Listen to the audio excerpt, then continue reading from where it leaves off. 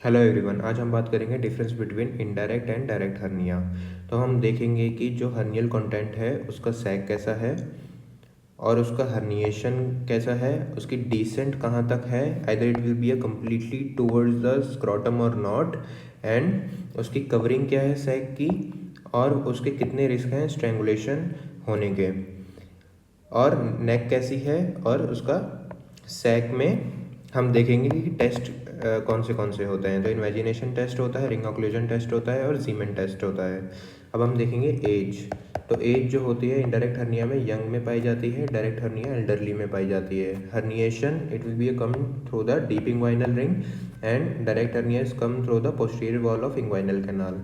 Shape इसकी पायरिफॉर्म and Oval होती है और डायरेक्ट हर्निया की ग्लोबुलर एंड राउंड होती है। ये डिसेंड करता है ऑब्लिकली एंड डाउनवर्ड्स, इसलिए हम इसको कहते हैं इनडायरेक्ट हर्निया। और डायरेक्ट हर्निया जो है वो डायरेक्टली फॉरवर्ड कम आता है, तो इसलिए हम इसको कहते हैं डायरेक्ट हर्निया। और ये डिसेंट टू अ स्क्रॉटम देखेंगे तो इनडायरेक्ट हर्निया कंप्लीटली डिसेंट करता है to the scrotum, and direct hernia हमारा रेयरली कंप्लीट।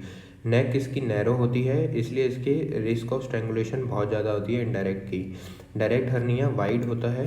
और सैक की बात करेंगे तो ये lateral to inferior epigastric artery आता है इनडायरेक्ट हर्निया, और ये medial to inferior epigastric artery आती है।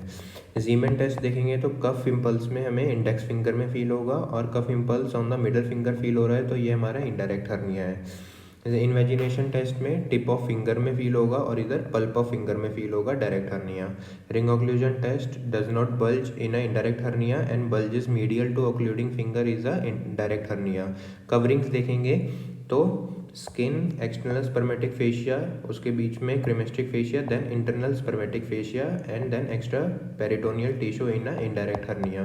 And in direct hernia skin same रहेगी, एक्स्ट्रा पेरिटोनियल टिश्यू सेम रहेगा, and external spermatic fascia same रहेगा। बस इसमें conjoint tendon and fascia transversus का डिफरेंस है।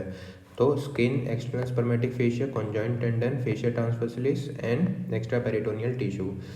अब हम देखेंगे ऑब्स्ट्रक्शन एंड स्ट्रेंगुलेशन के रिस्क इसमें कॉमन थे इनडायरेक्ट हर्निया में, क्योंकि इसकी जो सैक की नेक थी वो बहुत ज़्यादा नैरो थी, और इसमें रेयर होता है क्योंकि इसकी वाइड नेक होती है। Sac should be open during the surgery in a indirect and it is not necessary in a direct hernia. It is usually a unilateral and direct hernia is usually bilateral. अब हम देखेंगे differential diagnosis of groin swelling. तो groin refer to a junction of lower abdomen with the thigh. तो इसकी DDs हैं inguinal hernia, femoral hernia, vaginal hydrocele, retractile testis, saphena varix, funiculitis, inguinal लिम्फेडेनाइटिस and lipoma of cord. Investigation and treatment of hernia क्या क्या है? Investigation, routine investigation करते हैं, CBC, urine examination, USG, CT scan and MRI. Pre operative preparation में हम patient with chronic bronchitis and bronchial asthma should be properly treated with the bronchodilator and antibiotic because of हम pressure कम करेंगे ताकि जो hernial content है वो ज़्यादा और लूज ना हो और बाहर ना आए। तो patient with the bilateral hernia है बीपीएच के साथ, तो हम पहले प्रोस्टेक्टमी करेंगे, देन उसको हर्नियल रिपेयर करेंगे। और अगर पेशेंट स्ट्रिक्चर यूरेथ्रा के साथ आया है तो हम पहले उसका हर्निया ट्रीट करेंगे, फिर उसका हम स्ट्रिक्चर यूरेथ्रा को ठीक करेंगे। Thank you everyone.